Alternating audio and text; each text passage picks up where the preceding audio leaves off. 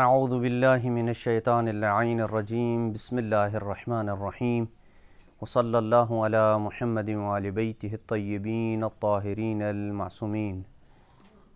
قال اللہ سبحانہ وتعالی فی محکم کتابہ اعوذ باللہ من الشیطان اللعین الرجیم بسم اللہ الرحمن الرحیم انا انزلناہ فی لیلۃ القدر۔ صلوات بر محمد وآل بیت محمد۔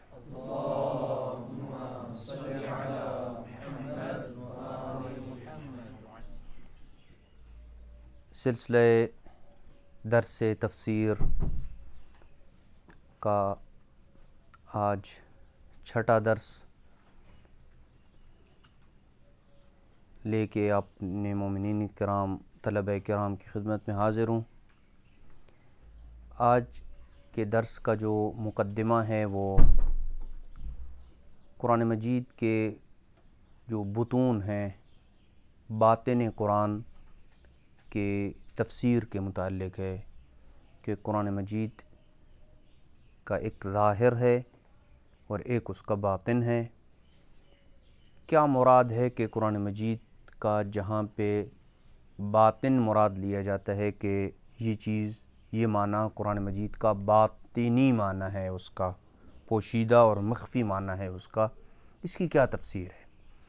یعنی بطون قرآن کے مفہوم کے اوپر آج گفتگو کی جائے گی۔ قبل اس کے کہ ہم علماء کی بیان کردہ ان تفاسیر کو آپ کی خدمت میں پیش کریں جس میں علماء کرام نے قرآن مجید کے بطون کی تفسیرات اور توجیحات بیان کی ہیں، تیمناً و تبرکاً امام محمد باقر علیہ السلام کی ایک روایت جو اس موضوع کے متعلق ہے، جو قرآن مجید کے بطن کو اور باطنی معنوں کی طرف اشارہ کر رہی ہے، اسے آپ کی خدمت میں بیان کرتا ہوں۔ امام فرماتے ہیں کہ جابر بن عبداللہ انصاری سے یہ روایت ہے کہ سألت ابا جعفر الباقر علیہ السلام عن شیء فی تفسیر القرآن، کہ میں نے امام محمد باقر علیہ السلام سے قرآن مجید کی کسی آیت کی تفسیر کے متعلق سوال کیا، فأجابنی، تو امام علیہ السلام نے مجھے اس کا ایک جواب جو بنتا تھا وہ عنایت فرمایا۔ ثم سألتہ ثانیاً، پھر میں نے دوسری مرتبہ پھر امام علیہ السلام سے سوال کیا، فأجابنی بجواب آخر، تو امام علیہ السلام نے مجھے کوئی اور جواب عنایت فرمایا۔ یعنی ایک ہی آیت کی تفسیر پہلے پوچھی تو کوئی اور جواب عنایت فرمایا، اور دوبارہ جب پوچھا تو پھر کوئی اور تفسیر ارشاد فرمائی۔ فقلت، میں نے کہا، جعلت فداک، میں آپ پہ قربان ہو جاؤں، كنت اجبت فی هذه المسألة بجواب غیر هذا قبل اليوم، کہ میں نے آپ سے اسی مسئلے کے متعلق یا اسی آیت کی تفسیر کے متعلق پہلے پوچھا تھا تو آپ نے کچھ اور جواب دیا، اور آج پوچھا تو آپ نے پہلے جواب سے مختلف ایک جواب ارشاد فرمایا، تو اس کی کیا وجہ ہو سکتی ہے؟ امام علیہ السلام نے فرمایا کہ یا جابر ان للقرآن بطناً، اے جابر، قرآن مجید کا ایک بطن ہے، ایک اس کا بطون ہے، وَلِلْبَطْنِ بَطْنٌ، اور اس باطن کا بھی پھر ایک کیا ہے؟ باطن ہے، وَلَهُ ظَهْرٌ، اور قرآن مجید کا ایک ظاہر ہے، وَلِلظَّهْرِ ظَهْرٌ، اور اس کے ظاہری معنی کا بھی ایک ظاہری معنی ہے۔ ٹھیک ہے، باطن کا بھی ایک باطن ہے اور ظاہر کا بھی ایک ظاہر ہے۔ یا جابر، اور یہ جملہ واقعاً یعنی ہمارے لیے درس ہے کہ ہم لوگ درس سے تفسیر کتنا پڑھتے ہیں۔ امام علیہ السلام نے ہمارے عقول کو جھنجھوڑا اور فرمایا، یا جابر لیس شیء ابعد من عقول الرجال من تفسیر القرآن، فرمایا اے جابر کہ لوگوں کی عقلوں سے زیادہ کوئی چیز قرآن کی تفسیر سے دور نہیں ہے۔ یعنی جس طرح لوگوں کی عقلیں قرآن مجید کی تفسیر سے دور ہیں، اس طرح کوئی چیز ایسی نہیں ہے کہ جو قرآن مجید کی تفسیر سے دور ہے۔ اور واقعاً یہی صورتحال ہے۔ اگر آپ اندازہ لگائیں کہ ہمارے علاقوں میں کہاں پہ قرآن مجید کی تفسیر کے دروس ہوتے ہیں، حوزات علمیہ، نجف اشرف، قم مقدسہ میں جب بھی ماہ مبارک رمضان آتا ہے، اور علماء اپنے جو روز مرہ کے جو حوزوی دروس ہوتے ہیں ان کو معطل کر دیتے ہیں، اور حوض علمیہ، نجف اشرف اور یا قم مقدسہ یا دیگر جو ہمارے حوزات ہیں ان میں قرآن مجید کا اہتمام کرتے ہوئے درس تفسیر کا آغاز کرتے ہیں۔ تو فرمایا کہ لوگوں کی عقلوں سے زیادہ کوئی چیز ایسی نہیں ہے کہ جو قرآن مجید کی تفسیر سے دور ہو۔ تو کوشش کرنی چاہیے ہم سب مومنین کو کہ جہاں تک ہماری یہ آواز جا رہی ہے کہ قرآن مجید کی تفسیر کا اہتمام کریں، تاکہ حقیقت میں ہمیں قرآن مجید کی جو باطن ہے، قرآن مجید کا جو حقیقی معانی ہیں، جو اللہ سبحانہ و تعالیٰ نے مراد لیے ہیں ان آیات قرآنیہ سے، ان کے متعلق ہمیں آگاہی ہو سکے۔ اب آتے ہیں اصل مطلب کی طرف کہ قرآن مجید کے جو بطون ہیں، اس میں تو کوئی شک نہیں ہے کہ ہم نے اس طرح جو روایت آپ کی خدمت میں بیان کی، اس سے یہ ثابت ہوتا ہے کہ قرآن کا باطن ہے، اور اس باطن کا بھی باطن ہے، حتیٰ کہ بعض روایات میں مذکور ہے اور منقول ہے کہ قرآن مجید کے 70 بطون ہیں۔ تو یہ جو قرآن مجید کے 70 بطون ہیں یا قرآن مجید کا ایک سے زیادہ باطن ہے، اس سے کیا مراد ہے؟ متعدد تفسیرات کی گئی ہیں قرآن مجید کے باطن کی، یعنی باطن قرآن کا جو مفہوم ہے اس کی متعدد تفسیرات کی گئی ہیں۔ ہم آپ کی خدمت میں ان تفسیرات میں سے فقط 2 تفسیرات عرض کریں گے، اور آخر میں چند روایات تیمنا و تبرکا اسی مفہوم کو ثابت کرنے کے لیے بیان کریں گے۔ سب سے پہلی تفسیر جو بطن قرآن کی گئی ہے وہ یہ ہے کہ ایک لفظ کے متعدد معنی ہوں، ایک لفظ ہے اس کے متعدد معنی ہوں، اور یہ چیز 3 طرح سے متصور ہو سکتی ہے کہ ایک لفظ کے متعدد معانی ہوں۔ پہلی تفسیر یہ ہو سکتی ہے یا پہلی صورت یہ بن سکتی ہے کہ ایک لفظ ہے اس کے معانی متعدد ہیں، اور یہ تفسیر اس صورت میں صحیح ہے کہ جب ہم اس بات کے قائل ہو جائیں کہ ایک لفظ کو ایک ہی وقت میں متعدد معانی میں استعمال کرنا یہ ممکن ہے، اور یہ اصول کی کتابوں میں یہ بحث درج ہے، اور بڑی معرکۃ الآراء بحث ہے کہ ایک لفظ کو کیا یہ ممکن ہے کہ ایک لفظ کو ایک ہی وقت میں متعدد معنی میں استعمال کیا جائے یا نہ کیا جائے۔ یہ اپنی جگہ پہ ایک بحث ہے۔ اس بحث کے امکان کو مد نظر رکھتے ہوئے ہم اس نقطے کی طرف آئیں گے کہ 3 صورتیں اس کی بن سکتی ہیں۔ پہلی صورت یہ ہے کہ کچھ معانی میں لفظ کا استعمال ظاہر ہو، اور کچھ معانی میں لفظ کا استعمال ظاہر نہیں ہے، مخفی ہے۔ جیسے اس کی مثال آپ کی خدمت میں عرض کروں، یہی آیت جس کی تفسیر کے مقدمات ہم بیان کر رہے ہیں، اِنَّا أَنزَلْنَاهُ فِي لَيْلَةِ الْقَدْرِ، اس لیلۃ القدر کا ایک ظاہری معنی ہے۔ وہ کیا ہے؟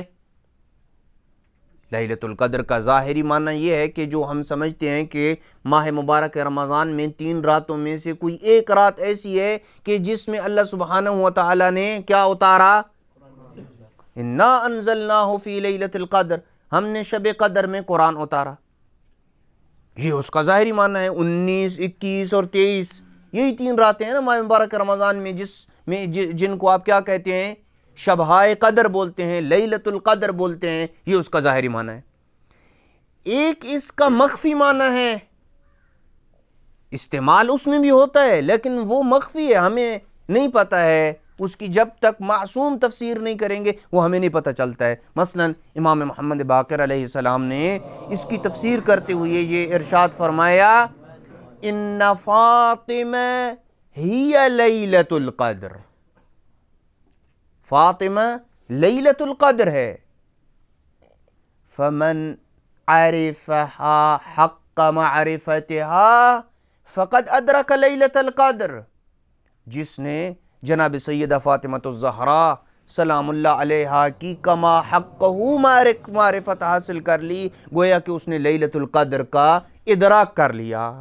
اب لفظ ایک ہے لیلۃ القدر، لیکن اس کو ایک ظاہری معنی میں استعمال کیا گیا اور ایک اس کو مخفی معنی میں استعمال کیا گیا۔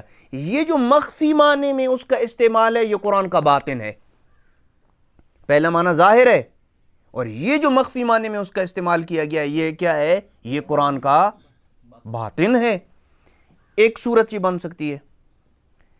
دوسری صورت یہ ہے کہ ایک لفظ کا ایک معنی ہے اور پھر اس کا آگے ایک لازمہ ہے اور پھر آگے اس لازم کا ایک اور لازم ہے۔ یہ جو پہلا لازم ہے یا دوسرا لازم ہے، یہ قرآن مجید کے کیا ہو جائیں گے؟ باطن ہو جائیں گے، یا اور اس کا جو ظاہری معنی ہے یہ اس کا ظاہر کہلائے گا۔ جیسے کہ قرآن مجید کی مشہور و معروف آیت جس کو آپ نے کئی دفعہ سنا پڑھا مجالس عزا میں، انما ولیکم اللہ ورسولہ والذین آمنوا الذین یقیمون الصلاة ویؤتون الزکاة وہم راکعون۔ اس میں جو لفظ ولایت استعمال ہوا ہے، اس ولایت کا ظاہری معنی کیا ہے؟ اولا بالتصرف ہونا، کہ اللہ، رسول اور وہ مومنین کے جو نماز قائم کرتے ہیں اور حالت رکوع میں زکوٰۃ ادا کرتے ہیں، وہ کیا ہیں؟ وہ تمہارے کیا ہیں؟ ولی ہیں۔ اس ولی سے کیا مراد ہے؟ اس کا ظاہری معنی اولا بالتصرف ہے، لیکن اس کا ایک لازمہ ہے کہ جو بھی ولی ہوگا وہ معصوم ہوگا، ٹھیک ہے نا؟ یہ جو معصوم ہوگا، کیونکہ یہ نہیں ہو سکتا کہ ایک ذات ایسی ہو کہ جو اولا بالتصرف ہو، جس کو اللہ سبحانہ و تعالیٰ نے منصب ولایت دیا ہو، اور پھر وہ عام لوگوں کی طرح بھول چوک اور العیاذ باللہ غلطیاں اور گناہ کا ارتکاب کر سکتا ہو۔ یہ نہیں ہو سکتا ہے، وگرنہ اس کی حکمت کے یہ بات منافی ہے۔ ایک لازمہ کیا ہو گیا ولایت کا؟ عصمت۔ اور دوسرا لازمہ کیا ہو گیا؟ کہ جو شخص معصوم ہوگا، یہ اس کا لازمہ یہ ہے کہ وہ دوسروں سے افضل ہوگا اور اکمل ہوگا، ٹھیک ہے نا؟ یہ تو نہیں ہو سکتا ہے کہ وہ شخص معصوم بھی ہو، ولایت کا منصب بھی اس کے پاس ہو، اور پھر وہ عام لوگوں جیسا ہو اور مساوی ہو۔ نہیں، جس کے پاس یہ منصب ہوگا پھر وہ معصوم بھی ہوگا۔ اس کا لازمہ یہ ہے کہ وہ اکمل ہے اور وہ دوسروں سے کیا ہو جائے گا؟ افضل ہے۔ اب یہ جو ایک لفظ کا معنی ہے ظاہری، اور اس کا ایک لازمہ، پھر اس لازمے کا دوسرا لازمہ، پھر آگے لوازمات چلتے جائیں جتنے، یہ قرآن مجید کے کیا کہلاتے ہیں؟ باطن کہلاتے ہیں۔ یہ جو قرآن مجید کا باطن ہے، ایک لفظ کا ظاہری معنی اور پھر آگے اس کے لوازمات، اس کی تفسیر کون کرے گا؟ یا اس کے باطن کو کون بیان کرے گا؟ معصومین علیہ السلام اس کی تعویل کریں گے۔ یہ تعویل کا دوسرا معنی ہے نا جو ہم نے پہلے بیان کیا تھا۔ ابھی دیکھیں تسلسل کے ساتھ چیزیں آپ کو اب سمجھنا شروع ہو جائیں گی کہ ایک مقدمے کا دوسرے مقدمے کے ساتھ کیا ربط ہے۔ تو یہ اس کی دوسری صورت بنتی ہے۔ تیسری صورت یہ بنتی ہے کہ اس لفظ کا مفہوم تو واضح ہو، لیکن اس کا ایک مصداق مخفی ہو، جو متعدد مصادیق اس کے ہو سکتے ہیں۔ جیسے کہ یہ قرآن مجید کی آیت ہے، فَاسْأَلُوا أَهْلَ الذِّكْرِ إِن كُنتُمْ لَا تَعْلَمُونَ، کہ اہل ذکر سے پوچھو، سوال کرو اگر تم نہیں جانتے۔ اب اہل ذکر کا جو مصداق ہے، یہ متعدد مصادیق ہیں اہل ذکر کے۔ چند ایک روایات سے میں ان آپ کی خدمت میں عرض کروں گا کہ اہل ذکر سے کیا مراد ہے۔ ایک روایت جس میں رسول اکرم صلی اللہ علیہ وسلم نے فرمایا، الذکر انا، میں ذکر ہوں. اس آیت میں جو فَاسْأَلُوا أَهْلَ الذِّكْر کا لفظ استعمال ہوا ہے، اس ذکر سے مراد کون ہے؟ پیغمبر فرماتے ہیں کہ انا الذکر، میں ذکر ہوں. وَالْآئِمَّةُ أَهْلِ الذِّكْر، وَالْآئِمَّةُ أَهْلُ الذِّكْر، اور آئمہ کیا ہیں؟ اہل ذکر ہیں. یہ ایک ہو گیا. امام صادق علیہ السلام فرماتے ہیں الذکر محمد وَنَحْنُ أَهْلُهُ الْمَسْئُولُونَ، کہ ذکر سے مراد کون ہے؟ حضرت محمد مصطفیٰ ہیں، اور ہم محمد مصطفیٰ صلی اللہ علیہ وسلم کے جو اس ذکر کے اہل ہیں جن سے پوچھا جانا ہے، ہم وہ اہل ذکر کون ہیں؟ وہ ہم ہیں. ایک اور روایت میں امیر المومنین نے بڑے واضح انداز میں ارشاد فرمایا نحن اہل الذکر، ہم اہل ذکر ہیں. ان الصادق علیہ السلام، امام جعفر صادق علیہ السلام سے مروی ہے، قال یا یونس ان اردت العلم الصحیح فعندنا اہل البیت، اگر تم صحیح علم حاصل کرنا چاہتے ہو نا تو یہ ہم اہل بیت علیہ السلام کے پاس صحیح علم ہے. فنحن اہل الذکر، ہم وہ اہل ذکر ہیں الذین قال، جن کے متعلق اللہ سبحانہ وتعالی نے اپنی کتاب میں یہ ارشاد فرمایا فَاسْأَلُوا أَهْلَ الذِّكْرِ إِن كُنتُمْ لَا تَعْلَمُونَ. پس اہل ذکر کا ایک مصداق کیا ٹھہرا؟ اہل بیت علیہ السلام، ائمہ اہل بیت علیہ السلام اہل ذکر کا ایک مصداق جو ہے وہ ٹھہرے ہیں. دوسرا مصداق اہل ذکر کا کون ہے؟ علماء ہیں.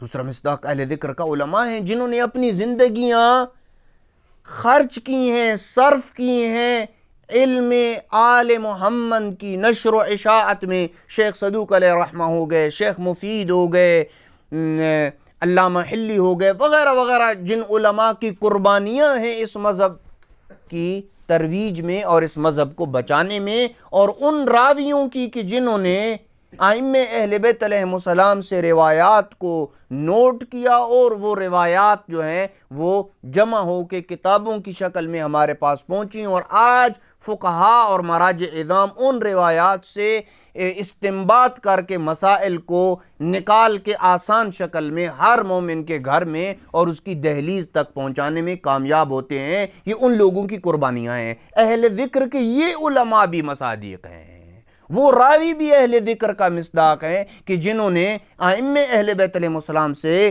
علوم کو نقل کیا، اور پھر یہ علماء تک پہنچی، اور علماء نے یہ حلال و حرام کا سلسلہ جو ہے وہ ہم تک جو ہے وہ بڑی امانت داری کے ساتھ پہنچایا.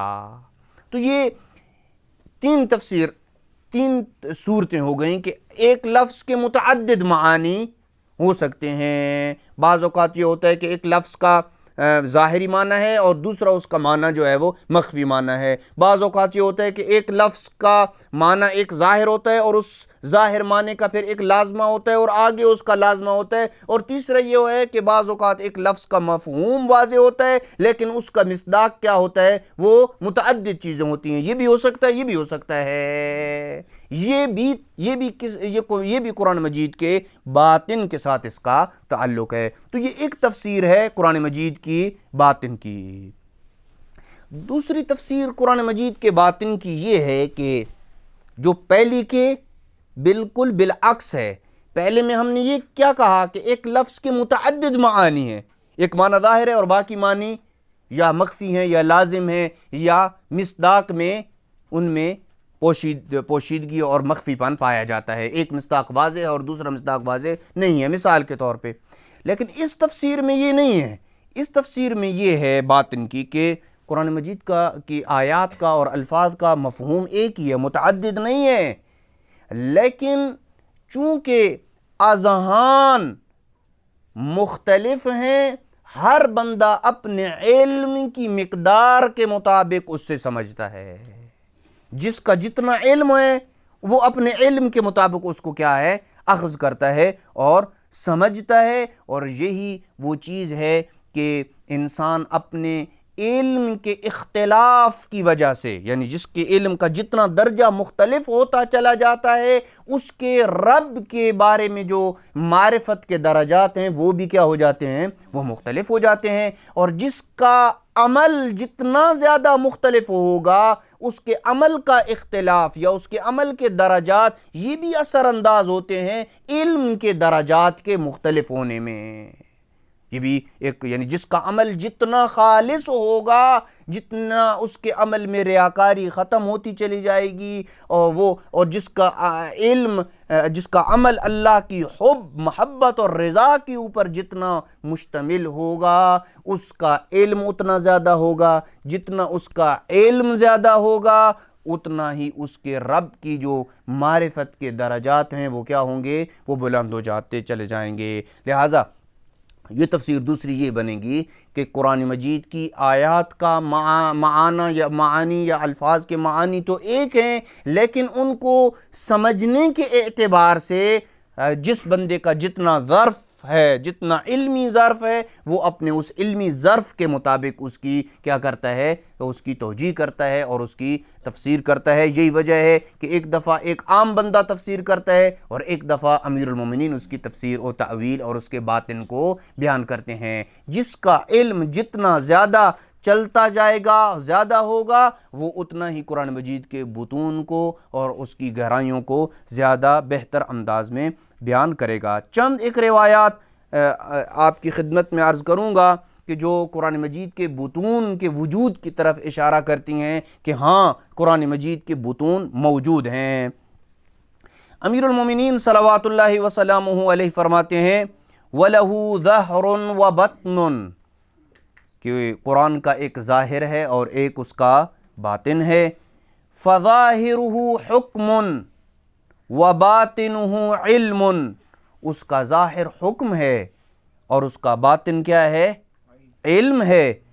ظَاهِرُهُ أَنِيقٌ وَبَاطِنُهُ عَمِيقٌ، اس کا ظاہر خوبصورت ہے اور اس کا باطن گہرا ہے۔ لَهُ نُجُومٌ، عجیب تعبیر ہے، اور اس کے لیے ستارے ہیں، یعنی رہنما اصول ہیں اس کے۔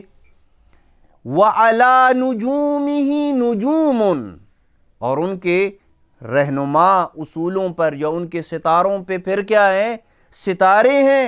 لا تحصى عجائبه، قرآن مجید کی جو عجائب ہیں ان کا شمار نہیں کیا جا سکتا۔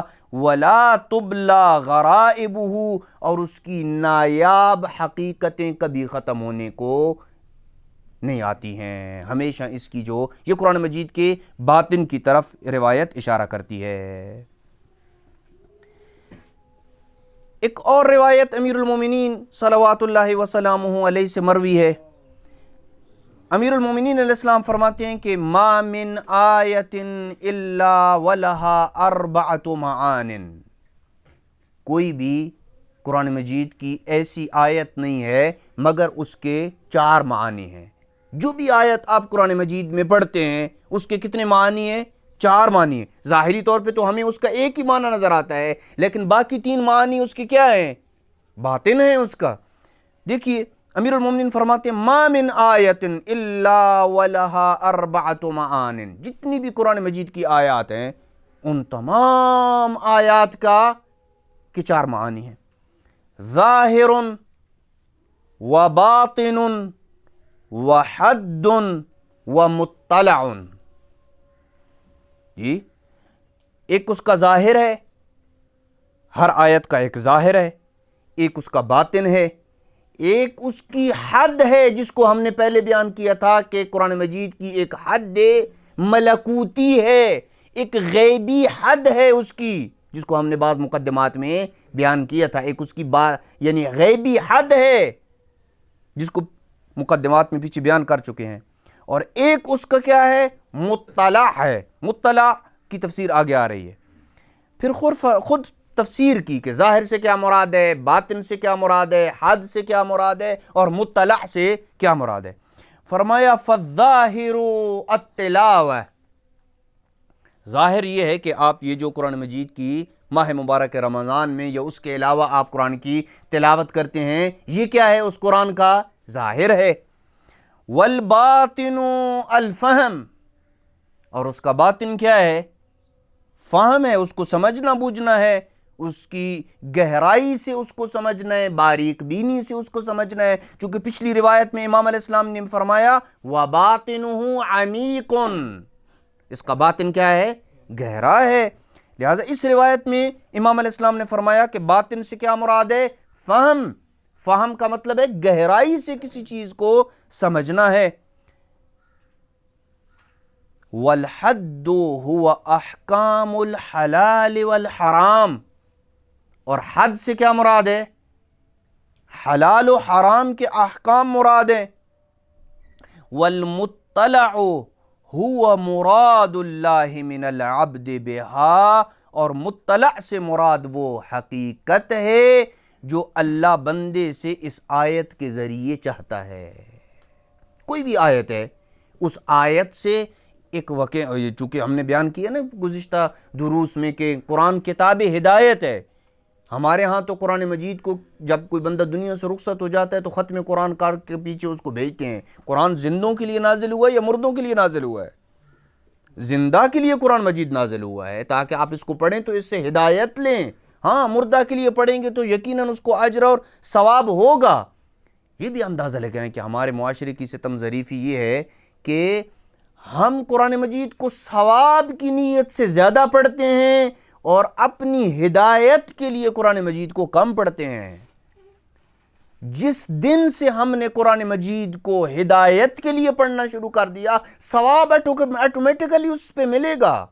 ایسا نہیں ہے کہ آپ قرآن مجید کو اپنی ہدایت کے لیے اگر پڑھیں گے تو ثواب نہیں ملے گا، ثواب تو ملے گا نا ہر حالت میں۔ لیکن قرآن مجید اللہ نے انسانوں کی ہدایت کے لیے اتاری ہے، تو پس اس آیت سے جو اللہ بندے اس سے حقیقت چاہتا ہے کہ بھائی تم نے اس حقیقت کے اوپر عمل کرنا ہے، یا یہ حقیقت اس آیت کے جو اندر ہے میں یہ چاہتا ہوں کہ تم اس کو اپنی زندگی میں نافذ کرو، اس سے سبق لو، اس سے ہدایت لو، چونکہ کتاب عملی ہے، پریکٹیکل کتاب ہے۔ اپنے اوپر ان قوانین کو لاگو کرنے اور تطبیق کرنے کا نام قرآن مجید کی کتاب ہے۔ یہ نہیں ہے کہ اس طرح کی کتاب نہیں ہے کہ جس میں فقط تھیوری بیان ہوئی ہے اور جس کا عمل کے ساتھ کوئی تعلق نہیں ہے، کہ جیسے کہ پچھلے مقدمات میں ہم نے اس کو بڑے واضح انداز میں بیان کیا ہے۔ لہذا دوسری تفسیر جو قرآن مجید کی ہے، جس کا اختتام ہم امیر المومنین کی اس روایت کے اوپر کریں گے، دوسری تفسیر کیا ہے باطن کی؟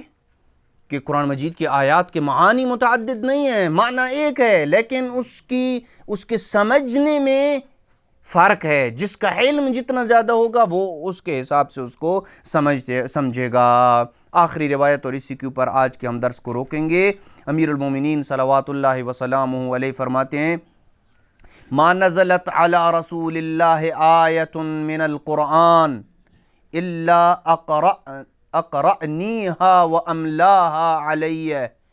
جو بھی آیت حضرت صلی اللہ علیہ وسلم کے قلب مطہر کے اوپر نازل ہوئی، سب سے پہلے اس آیت کی جو تلاوت ہے یا اس آیت کے متعلق جو آگاہی ہے پیغمبر نے کس کو دی؟ امیر المومنین کو دی۔ وَأَمْلَاهَا عَلَيَّ، اور مجھے اس کی املا کروائی۔ فَكَتَبْتُهَا بِخَطِّي، میں نے اپنے خط سے اس کو کیا کیا؟ نوٹ کیا اور لکھا۔ وَعَلَّمَنِي تَأْوِيلَهَا وَتَفْسِيرَهَا وَنَاسِخَهَا وَمَنْسُوخَهَا وَمُحْكَمَهَا وَمُتَشَابِهَهَا وَخَاصَّهَا وَعَامَّهَا، اور پھر رسول اکرم نے اس آیت کی مجھے تعویل بھی بتائی، اس کی تفسیر بھی بتائی، اس کا ناسخ بھی بتایا، منسوخ بھی بتایا، محکم بھی بتایا، متشابہ بھی بتایا، اس کا عام بھی بتایا، اس کا خاص بھی بتایا۔ وَدَعَ اللَّهُ لِي، اور میرے لیے اللہ سے یہ دعا کی کہ ان یعطینی فہما وحفظا، کہ اللہ سبحانہ وتعالی مجھے قرآن کو گہرائی سے سمجھنے کی فہم و فراست عطا کرے، وحفظا، اور قرآن مجید کو حفظ کرنے کی مجھے توفیق عطا فرمائے۔ فما نسیت آیتا من کتاب اللہ الا ولا علما املأہ علی وکتبتہ۔ پھر جب رسول اکرم نے یہ میرے لیے دعا کی تو اس دعا کے بعد قرآن مجید کی کسی آیت کو میں نہ بھولا ہوں، اور وہ علم کہ جو رسول نے مجھے میرے اوپر املا کیا تھا اور میں نے اس کو اپنے ہاتھوں سے نوٹ کیا تھا اور لکھا تھا، اس علم کو بھی علی کبھی بھی نہیں بھولا ہے۔ یہ اس روایت کی یہ روایت ہماری دوسری تفسیر کی بھی تائید کرتی ہے۔ وصلی اللہ علی محمد وآل بیتہ الطیبین الطاہرین المعصومین۔